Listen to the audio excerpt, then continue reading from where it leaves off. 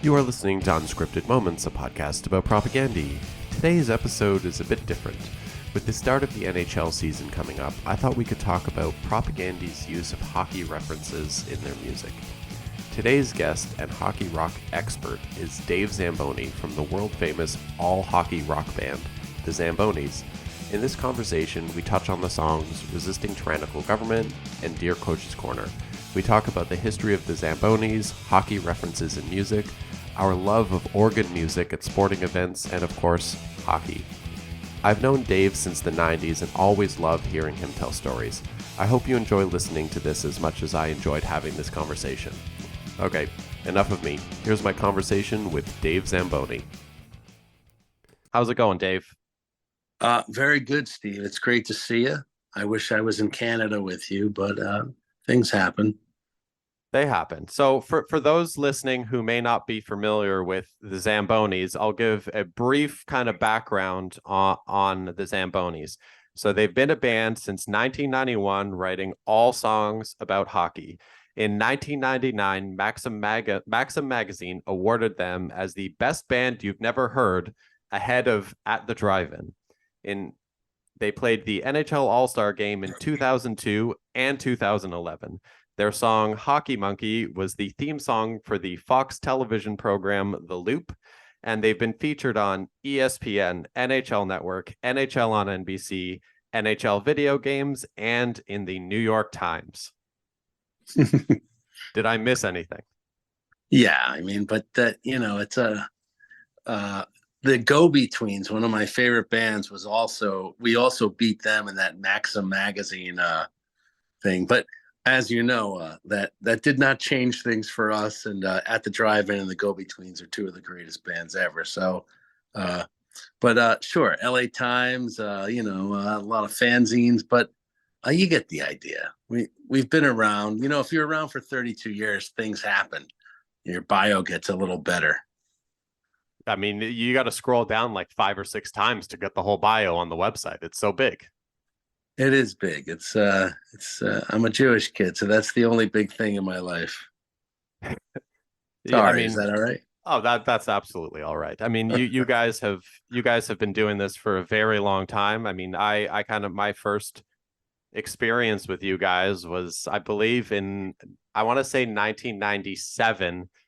I came down to Burlington, Vermont with some buddies to see you guys play at Higher Ground. We brought all of our road hockey stuff, and we set up some road hockey in the parking lot of the venue after the game, and like the cops chased us out of town. It was this big ordeal.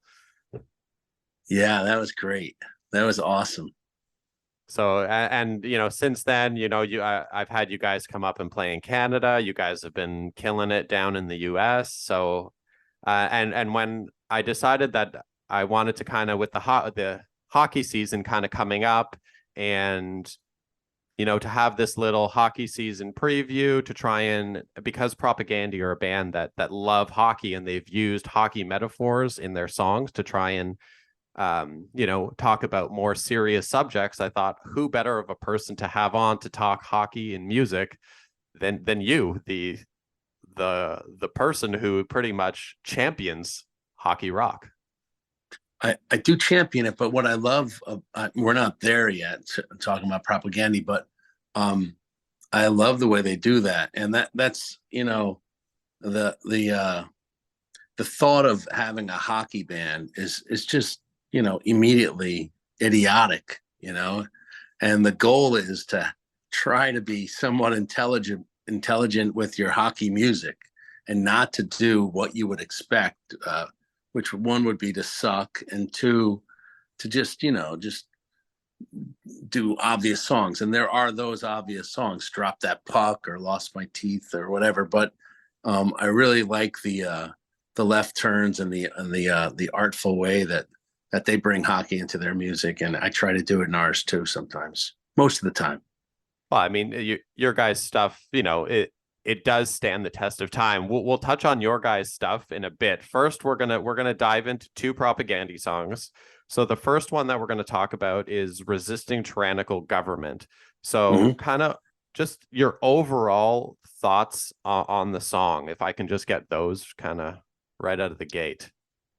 Well, I love the song. I love the music. And I also love that they took what would be a cliche, which was Jesus saves, but Gretzky scores.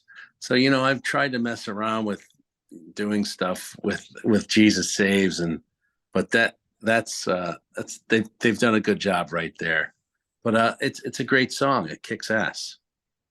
The my favorite part of the song is a reference to "I don't want to be the Steve Smith of the Revolution," which is a reference to the 1986, at the time, Campbell Conference Finals in the Game 7, where Steve Smith happened to pot one in on his own net towards the end of the third period, which cost the Oilers from advancing to the Stanley Cup Finals.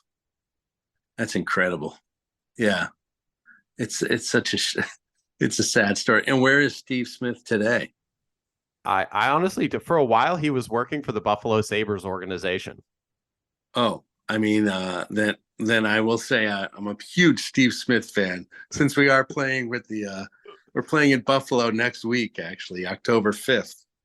So So huge Steve Smith fan. I mean, Steve Smith, huge. he did well for himself after he popped that one in, 3-time Stanley Cup champion. Yeah. Well, let me tell you a little bit about my Steve Smith. When I looked through the lyrics of that song, um, and I stand by this. My whole life, I've done this. I've gotten in arguments with um, really popular rock critics and rock writers. Not arguments, but I've had debates. There's a band called The Vapors, which I'm sure you know, Turning Japanese. Yeah. But besides Turning Japanese, every song of theirs, every single song is an amazing song. And they put out 3 records, 2 records back in the day, and then they put out a brand new record about 4 years ago. And Steve Smith was the bassist, and he's one of my favorite bassists ever.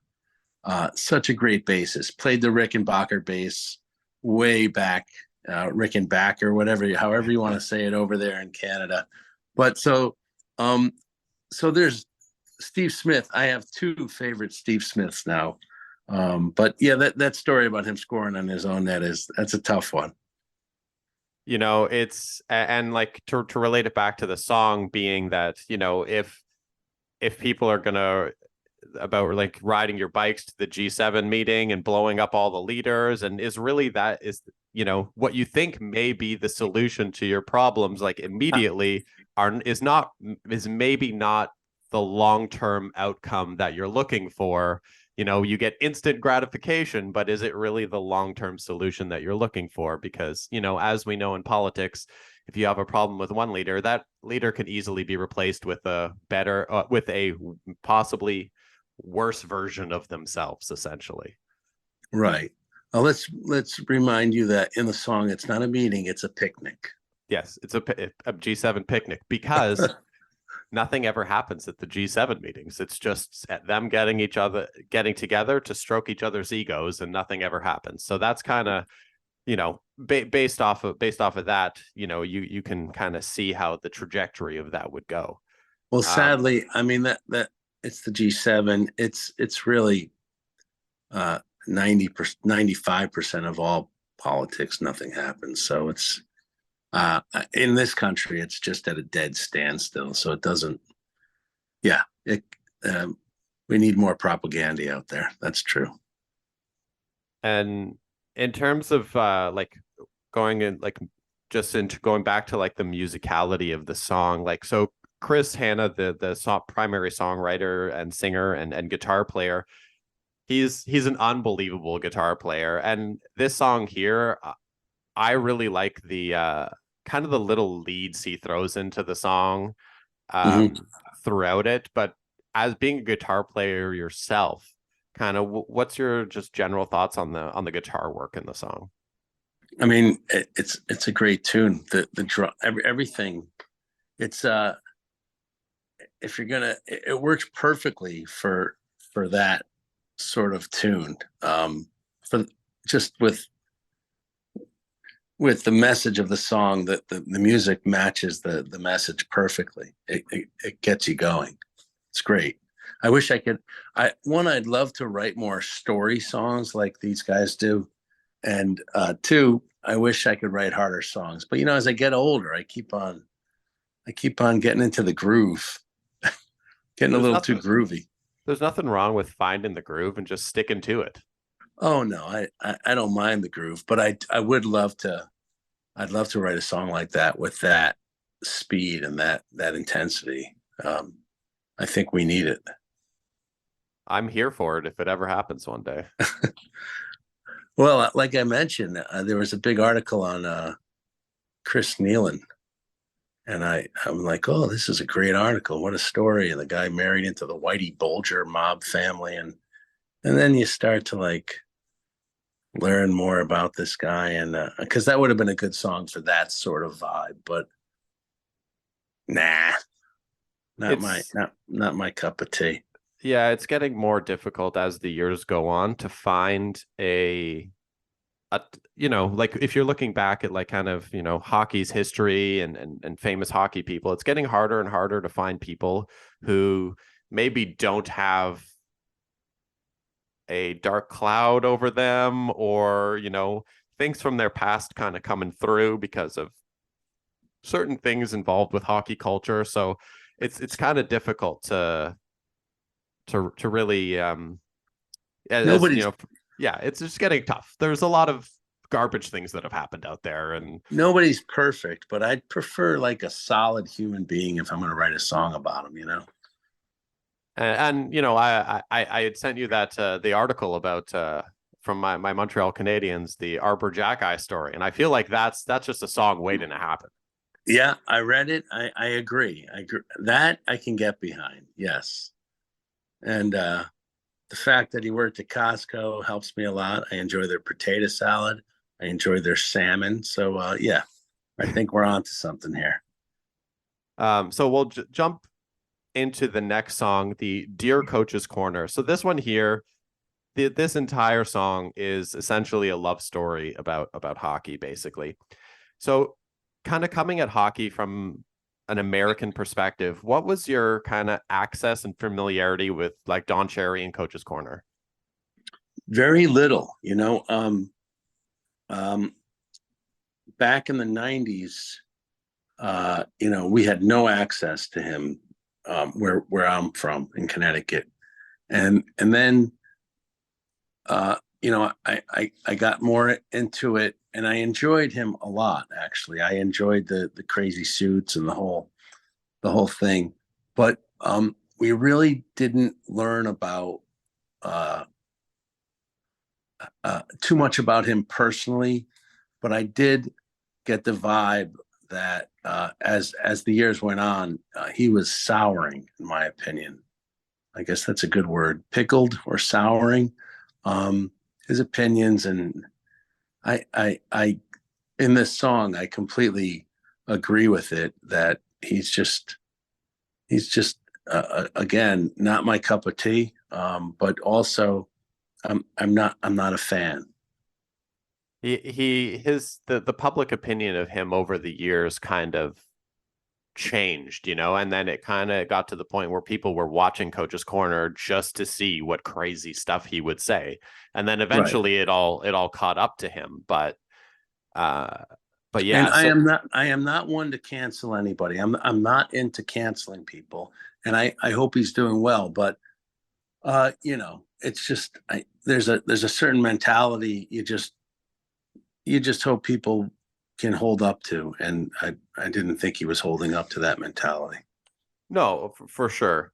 So and maybe this is a question you can kind of touch on it to whatever level you're comfortable with, but coming from being in the US and coming at sports from an American perspective, and how the song references the military kind of coming down on appreciation night, dropping in from the rafters. How do you kind of view the integration of like military culture into sports and like in hockey in general? Because every team in the league has like military appreciation night, and I know up here in Canada it's kind of a little bit of a contentious thing where people, some people like it versus some people just want them to play hockey. And Yeah. I just kind of wondering based off, because I know, like, you watch a football game every week, there's military flyovers, you watch NASCAR, like it's military everywhere. So the NHL is definitely on the lighter side with regards to it, but I was just kind of wondering, based off of what the song is talking about, what do you think of that? I think the level of fake patriotism is involved in it. They're putting on a show, and no one's going to criticize that. And I'm completely thank you for your service to all my military guys out there. But when it comes to a team presenting this, I think it's more, it just to look good, to look great, and it's great marketing for them. You can't go wrong. Um, I prefer Star Wars Night. I'm a big fan of the Star Wars Night. I'm a big fan of all other clever promotions, but it seems to always fall back on that, and the teams just cherish that moment. And I mean, I've known a couple guys that work for these teams, and I think it's a little forced. Oh, I agree. It's one of those things where, I look up, like I go to the game and I find out it's like, oh, it's military night at the game. Because I actually went to a game in January of this past year. I went to the Leafs Red Wings game here in Toronto, and it just happened to be military night, I believe. And I was like, oh boy, how did this happen? I go to one game of the year and it's military night. If you're the marketing man for said hockey team, I mean, they do it in every league. Then I get it. It's an easy win. It's an easy win for most of the people there. Like it's showing that the all of a sudden the team cares. The team cares. Team cares. Well, you know, I, it's enough with that. You don't have to. It feels fake and it feels false. And I get it. Certain nights can be it, but they do it a lot, and it's overplayed. It's overplayed. Oh, I couldn't agree more. So, and then the song references, so it's basically his letter to Ron McLean, how he's trying to, like, reason with Ron McLean over the craziness of Don Cherry, and how, Don Cherry was kept on the air for years and years and years, and how, Ron McLean is supposed to be the voice of reason and Don Cherry is the voice of crazy, and how, like, it's a very much a, like a angel devil situation. Right. So what's your experience in terms of, like, of the Ron McLean angle? Like, do you have any? Whenever I watch the show, I wished Ron would kind of put Don more in his place. I wish it happened more often. It seemed like Don was pretty overbearing. Am I wrong? No. Yeah. So it was sort of sad and frustrating that Ron didn't do that. That's just what I saw. Again, we were busy here with our American broadcasters. We didn't really. Here in Connecticut, I would get the Rangers local, John Davidson, Sam Simon. So we didn't have the traditional Canadian broadcast. Um, and then I ended up working at Versus, and then with NBC for a bit, and so I just never saw those guys that much. But whenever I did watch it, I felt bad. I felt bad for Ron McLean. And he's still on Hockey Night in Canada to this day. Yes. Yeah, I know. I know. He's had quite the run. Is and is that is my opinion the way? I guess it's a torn. You've got to have your Don Cherry fans, right? Oh, there's a lot of Don Cherry fans up here, and people still kind of, every once in a while, Don Cherry will trend on Twitter up here, where people are wanting to have him back on the air, but, like, you just can't have him on the air. It's just not, you can't put that on the air. So what's he do now? He had a podcast for a while. I don't know. I've never listened to it. But yeah, I don't know what he's doing. He kind of fell off the radar with people who don't, have the same viewpoint as him. Right. He fell off all of our radars. Is he a Propagandhi fan? I'm gonna guess he's probably not, just as much as they are not a fan of his. Yeah, I would guess the same. So going into this, the musicalness, the musical performance on this song. So this song here, in comparison to resisting tyrannical government, this song is a far more aggressive song. Right. So is there anything that kind of jumps out at you musically from this song? I love the drums. I've been trying to get better at playing the drums, and I really love the drums on this track. Jord, the drummer for Propagandhi, is a very unique drummer in that he does not recycle any of his fills. My co-host Greg just had Ryan Green on an episode recently, who recorded was the engineer on 2 Propagandhi records, and he spoke about Jord's drumming and how it's just very a unique style that's kind of unique to him in the way he plays to get the specific sound out of the drums, and his non-recycling of any fills just being kind of different how he approaches playing drums to maybe how someone traditionally plays drums. So you're saying on every song there's never been a fill that was repeated? That's what the people are saying. I'm gonna have to do some serious research tonight. Changing gears here. Yeah. Let's talk a bit about the Zambonis. So what inspired a group of buds from Connecticut to start a band that writes only songs about hockey in 1991? My buddies Peter and Tarkin Cadis were in another band called the Philistines Junior, and they were invited by the great legend John Peel to come over to England and do a BBC Peel session. And I met these guys earlier that year, and I just loved everything about these two guys, especially the music they made. And I just wanted to be in a band with them. They were not from the same planet I was on at the time. They just saw things differently, and their music was odd, and they produced all their own music, and they had a studio in their basement. So I went to England with them to do this Peel session. We go into BBC Studios and record this session. And that night we wanted to watch hockey. I think the Devils were playing the Rangers. It was playoff season. And we were like, oh, let's go find a game. And in England, trying to find a hockey game in 1991 is not easy at all, or 92 actually. And we looked and looked, and we found one place that said they had it, but they were closed. So, I said, let's just write some songs about hockey. And one of them, Tarkin, said, yeah. And Peter was like, no, that's stupid.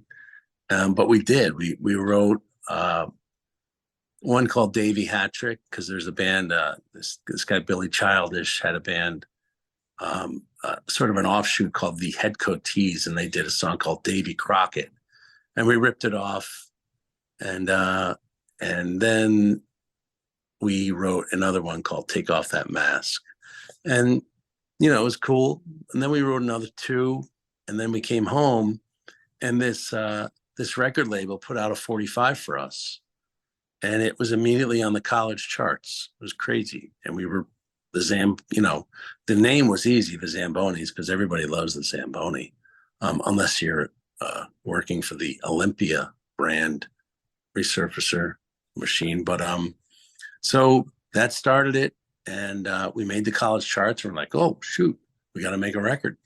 And we made a record, and then we made another one, and we tried to break up a couple times, but we kept on getting gigs. So now it's 32 years later, and we're still here. I mean, that's unbelievable. So going back to early on, so When you guys got back from England and you were putting it out, other than, making the college charts, what was the general consensus around when you guys were like, hey, we have a band that only sings about hockey and we're not from Canada? Yeah, it was strange. At the time, we didn't know the guy. We didn't know about. We started before I think they started the Hanson brothers. Yeah.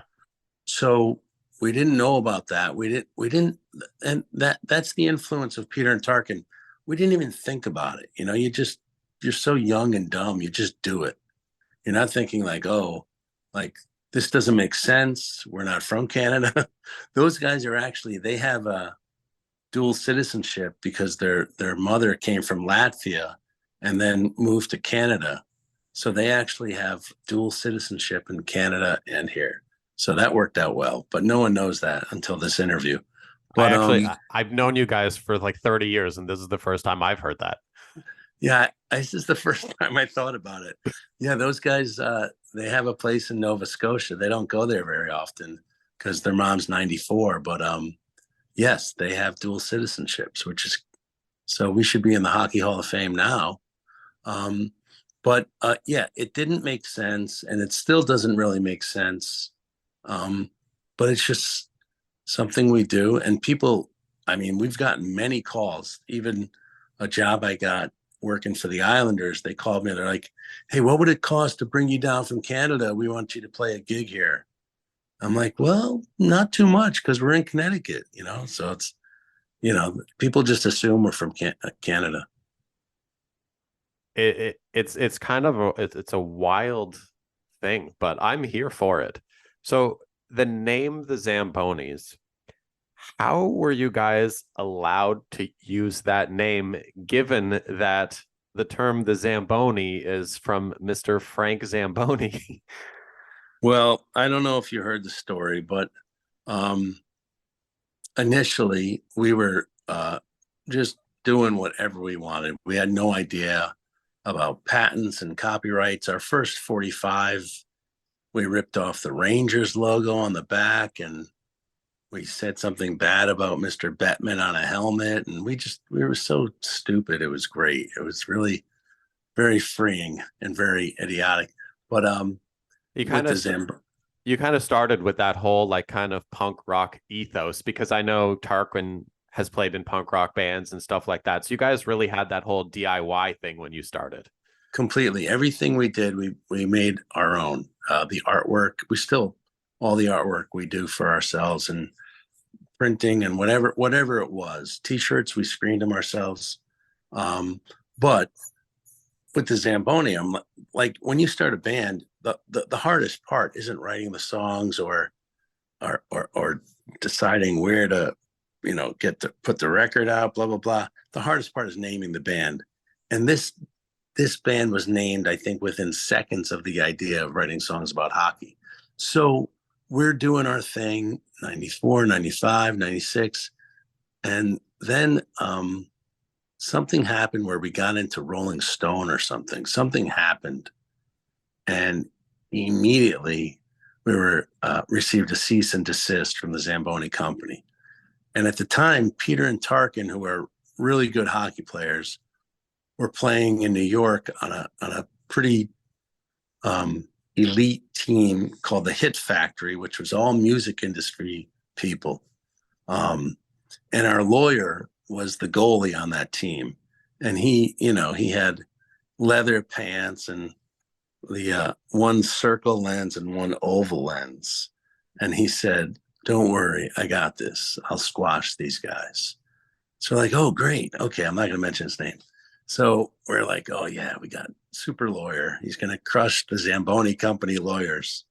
Well, a year and a half later, he gets back to us. He's like, "Listen, I got nothing. You guys are using it in the realm of hockey, and the key word is realm." So Peter and I decide to write a postcard to the Zamboni company, and we do. And the postcard, it says, "Please don't make us change our names to the motorized ice resurfacing machines." And within 2 days, they called, and we worked out a licensing deal and a handshake kind of deal. And then we did sign a contract. And everything has been pretty good since. Pretty good. I mean, that's an unbelievable story. Yeah. Yeah. We're still challenged. They don't like they had some problems with some things we did. Peter threw a freaking we had a pinata at a show in Philly, and Peter ripped it open, and all of a sudden some kid's tooth got chipped, and somehow the kid's father contacted the Zamboni company instead of us. So he thought we were part of the Zamboni company. So that wasn't great. That sounds like a nightmare. Oh, it was a nightmare. Yeah. Oh man. So Bad enough we're just a hockey band. The chances of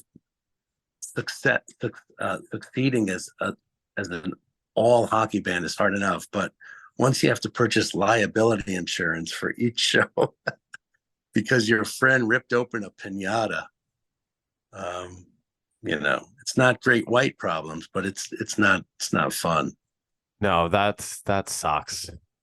I was Yeah. doing a bit of research into the Zamboni company in general, and what I found was I'm not sure how familiar you are with the Zamboni and the history of the Zamboni, but guess where they delivered their 10,000th Zamboni? Where? Their 10,000th Zamboni is property of the Montreal Canadiens and the Bell Center. Oh, okay. That's a good answer. I thought it'd be some obscure. I didn't know what was going to happen. Maybe in like my hometown or something. No, it's Well, it's that's amazing. it's a milestone Zamboni at the home of NHL hockey. It's the right place to deliver your 10,000th. I agree. I'm sure it's electric too. This You was know. this was back in 2012, so I'm not sure if it was electric back then, nor am I sure if it's even in use Oh, anymore. But oh. Well, back then in cancel my comment. yeah, I'm Yeah. not even sure if they even still use Zamboni ice surfacing machines at the Bell Center. It's been a few years since I've been to a game at the Bell Center, but Oh, we need to look into that because that would not be good. The other brand, I say. I wonder if arenas, if do they pit the Zamboni company against the Olympia company? Is that like a big thing? Is there a rivalry there? Only in my brain, but I mean, I know which one I'm a fan of. I know which one you're contractually obligated to be a fan of. No, but I'm still a fan. I mean, anybody using the Z, and it is the machine. It is the ice resurfacing machine. It's the original. So I mean, there's a reason I'm a fan. every time a kid goes to a hockey game, they're just mesmerized by the Zamboni. It's half of the attraction for little kids when they go to a hockey game. It's not just little kids. My stepfather, may he rest in peace, he would go to games just to see the Zamboni. It was pretty impressive. That's amazing. He loved it. He started telling me things about it. I'm like, yeah, I know what it does. He loved it. Oh, that's awesome. Yeah, have you ever driven a Zamboni? Once. Yeah.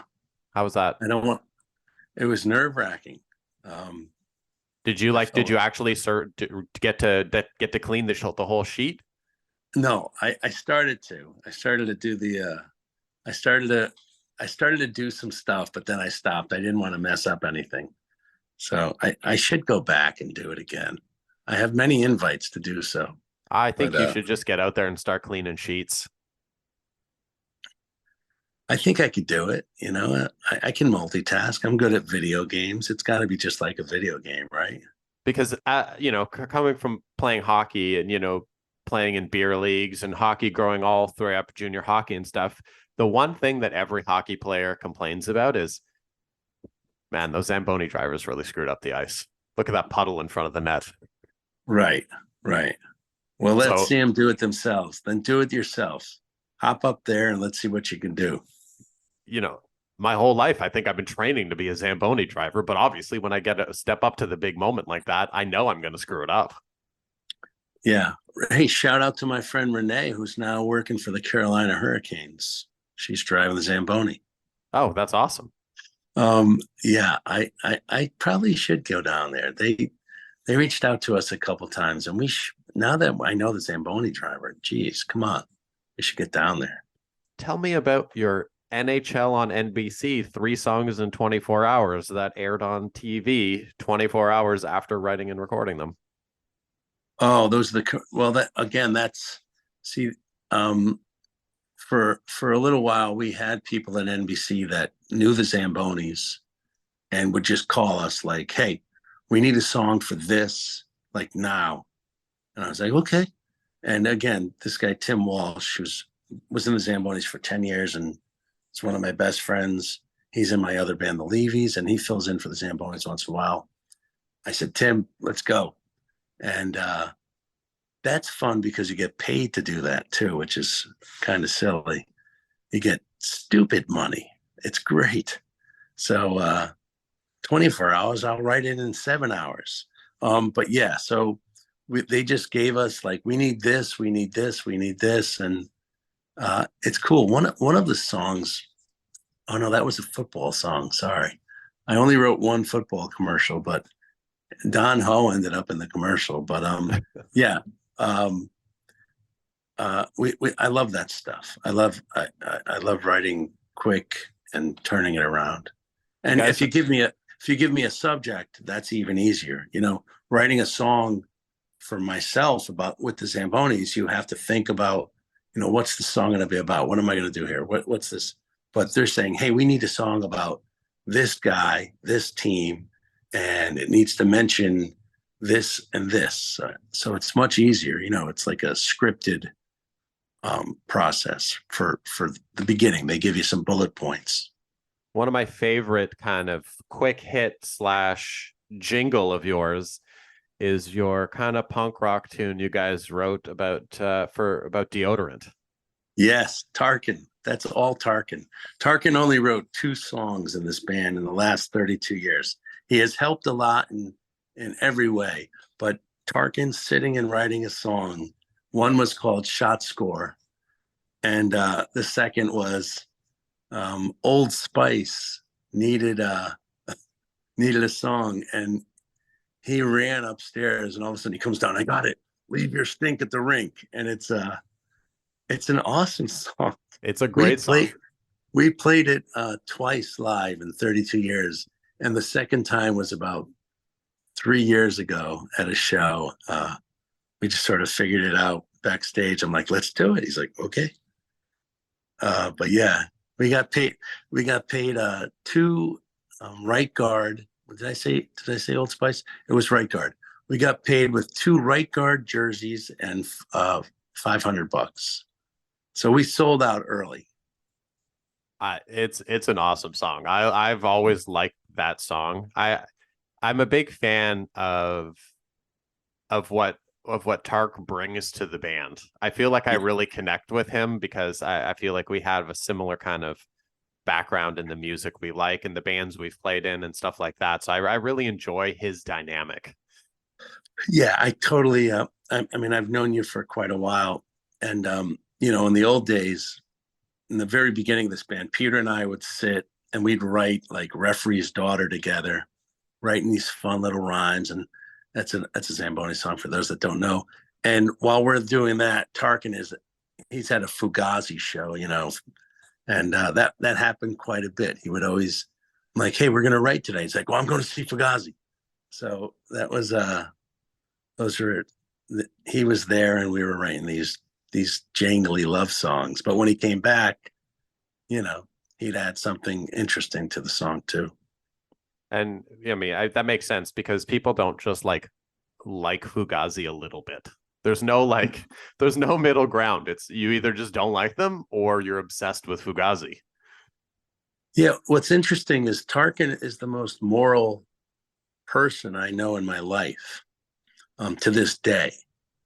We do things a lot every week. We speak 3 or 4 times a week, but we do things. Last week we went and saw the Lemonheads together, and he gets that. That is a Fugazi character trait. You know, there's just nothing more moral and correct and kind than Fugazi. Ian MacKaye is just, he's the shit, and Tarkin is the shit.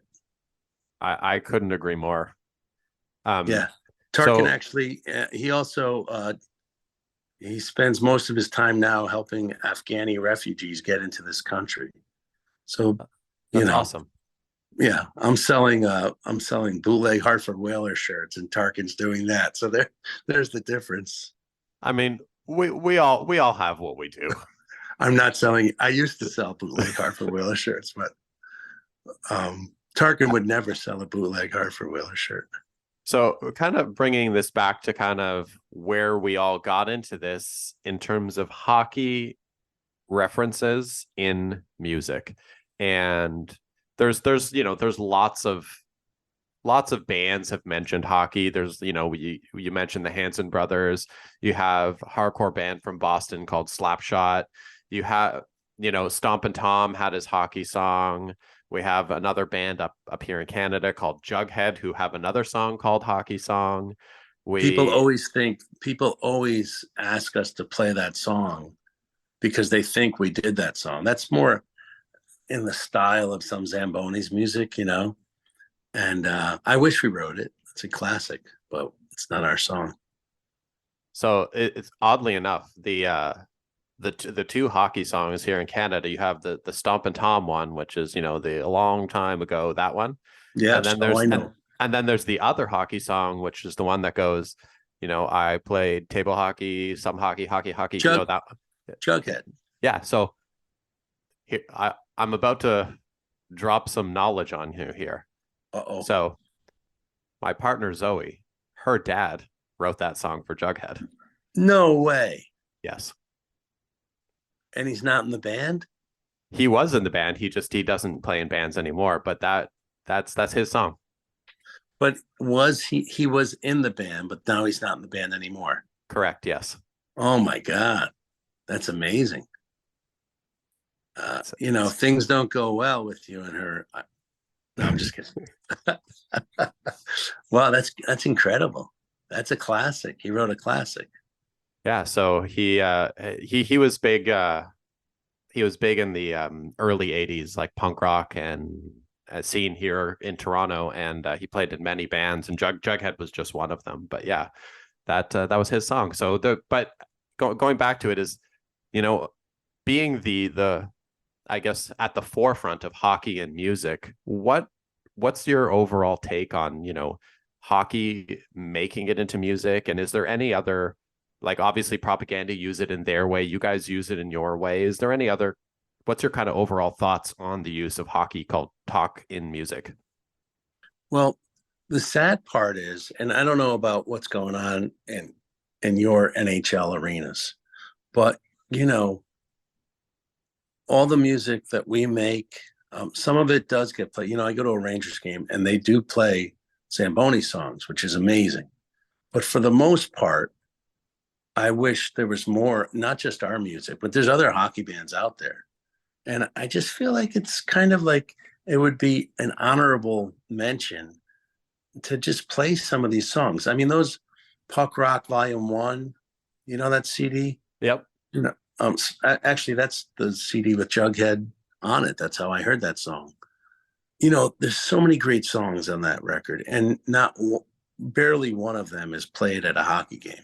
And there's so many great songs about hockey.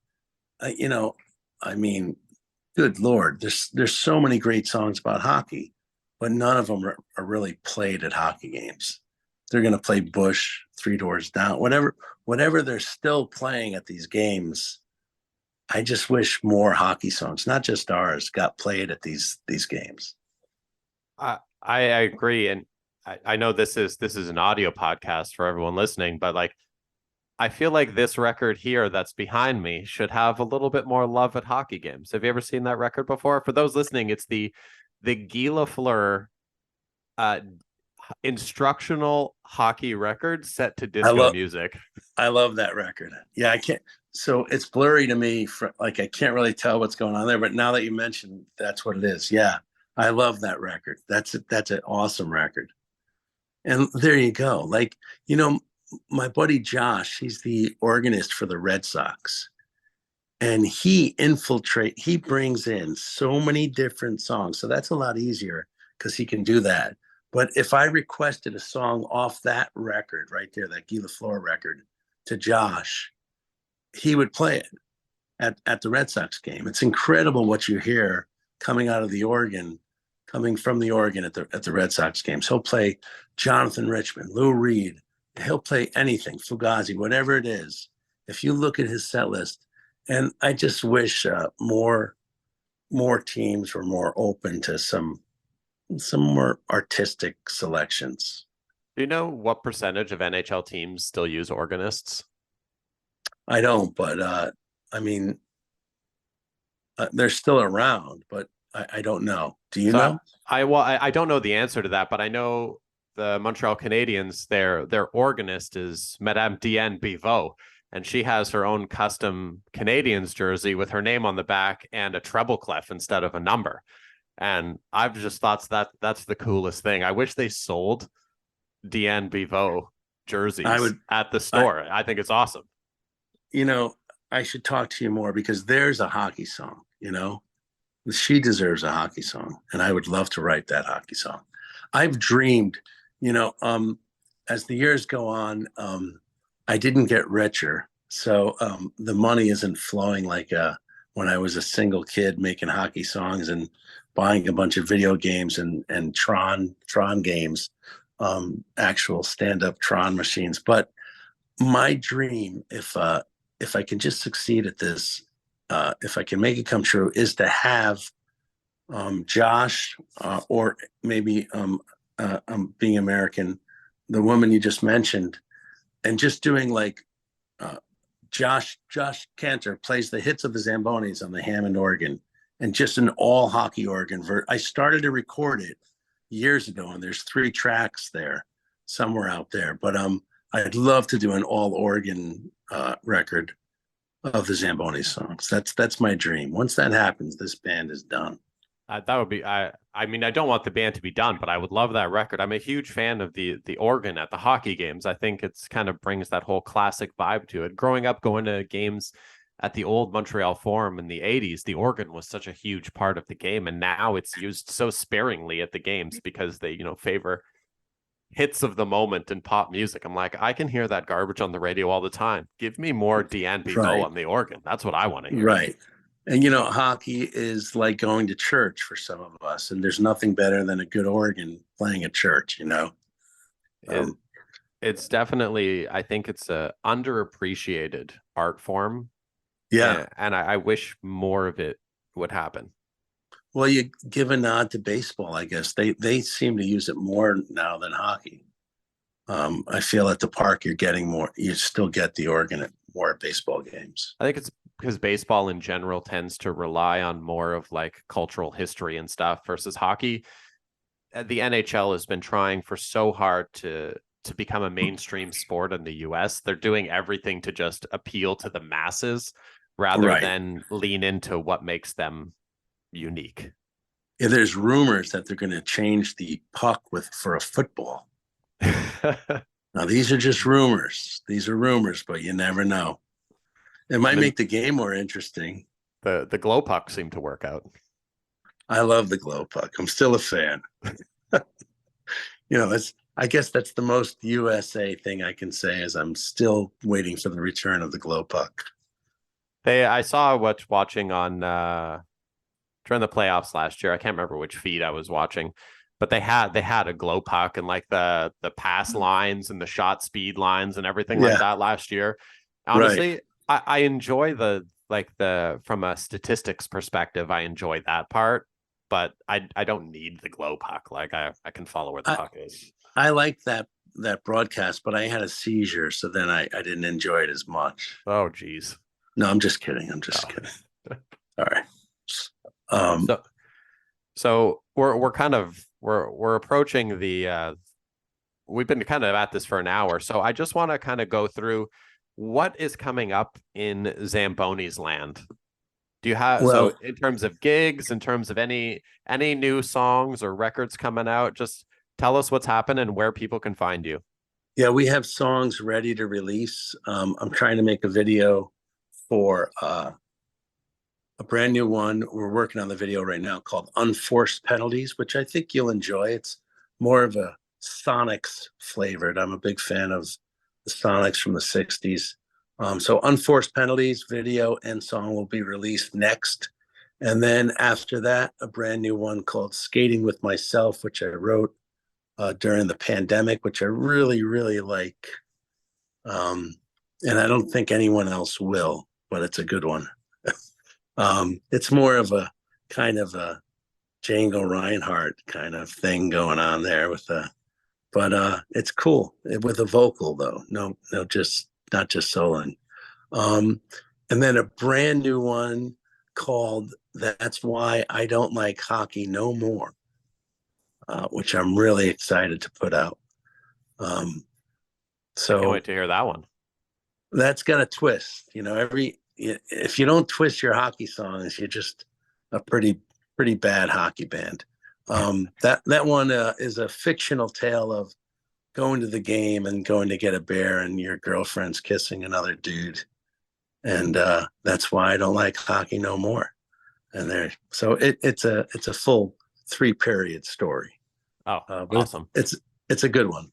And then most importantly, near where you are, Zambonis are playing in Buffalo on October 5th for a big Sabres pregame. They open their season the next night, but we're playing at Pearl Street Grill and Brewing Grill. I'm horrible with names, but You got it. Pearl Street. And October 5th, we're playing for 2 hours. So you'll get all the hits and more. Including Russian pop song. Which one? Russian pop song. My favorite Zamboni song, which never gets played ever. It's crazy that we brought that up last night. Oh, really? Yeah. Listen, I'll play it. We're not playing that night, but I'll play it for you in back. And you don't have to do anything for that in the backstage area. I remember I think it's one of it's our top 3 best songs ever. I remember sitting in a hotel room in North Bay, Ontario in 2007. It was myself, you, and Sean Fogel picking out a set list for the Zamboni show that night in North Bay. And we were all writing songs on pieces of paper and putting them in a hat because we were picking out songs out of a hat for the set list. And yes. I wrote in Russian pop song as the song I wanted. And when that got picked out, I believe the overall consensus was we are not playing that song. Did we play it though? No. Oh, that's too bad, because after that I brought it back because the problem was John had left the band, and John's got this really high voice. And in the song, I sing low and John sang high. But then Sean could sing that part. So I brought it back. Listen, I'm going to go when we hang up. It's one of my favorite songs, that and Hockey on the Moon and Andy Moog meets Robert Moog. Those are my top 3 Zamboni songs ever. So I'll learn it. But we're learning so much. I had to relearn Hockey Party, which was a song I wrote for the Buffalo Sabres in 2002. So there's a lot of learning going on right now for this gig. But hopefully all of Montreal will cross over the border, bring us bagels, smoked meat, and come see us in Buffalo. Well, straight up, I can pretty much guarantee that no one from Montreal is going to be there because it's about a 7-hour drive for them. But people from Toronto might be there, and I'm in Hamilton, so it's a 45-minute drive for me. I always mix it up with you because you're a Canadian fan, right? Yeah, and I'm from Montreal, so when you guys played Montreal, you stayed with my parents in Montreal, right?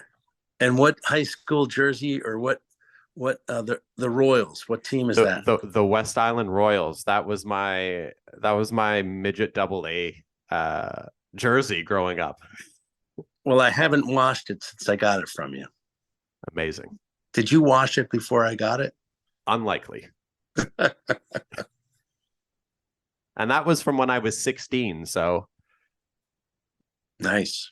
Yeah, that's Well, it doesn't. probably that probably stinks, man. It looks like it could still fit you. Did you gain any weight? No, Wow, that's impressive. still lean. Yeah. Don't drink the lean, but it's good to be lean. I do my best, but All right, yes. Steve. Well, So I like your Van Halen background a lot too. No one's seeing that.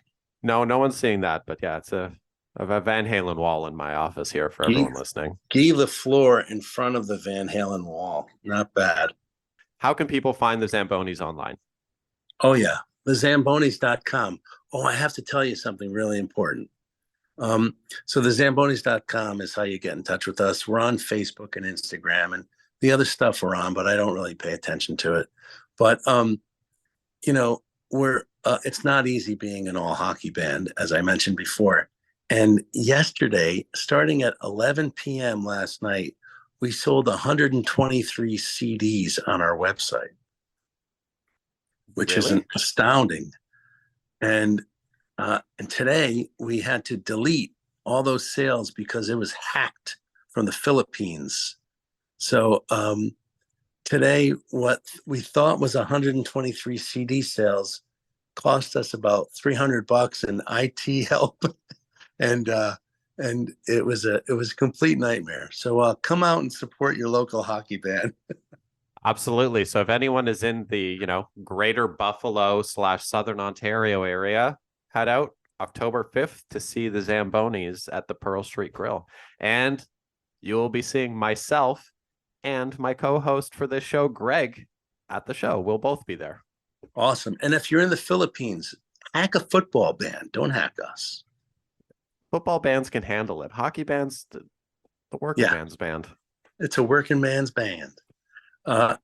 Well, we'll see you in Buffalo and support your local hockey band, whoever they are. And I really appreciate being on the show. This is great.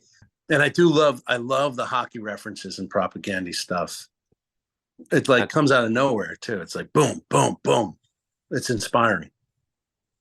awesome. So thank you so much for being on the show. And this has been Unscripted Moments. See ya.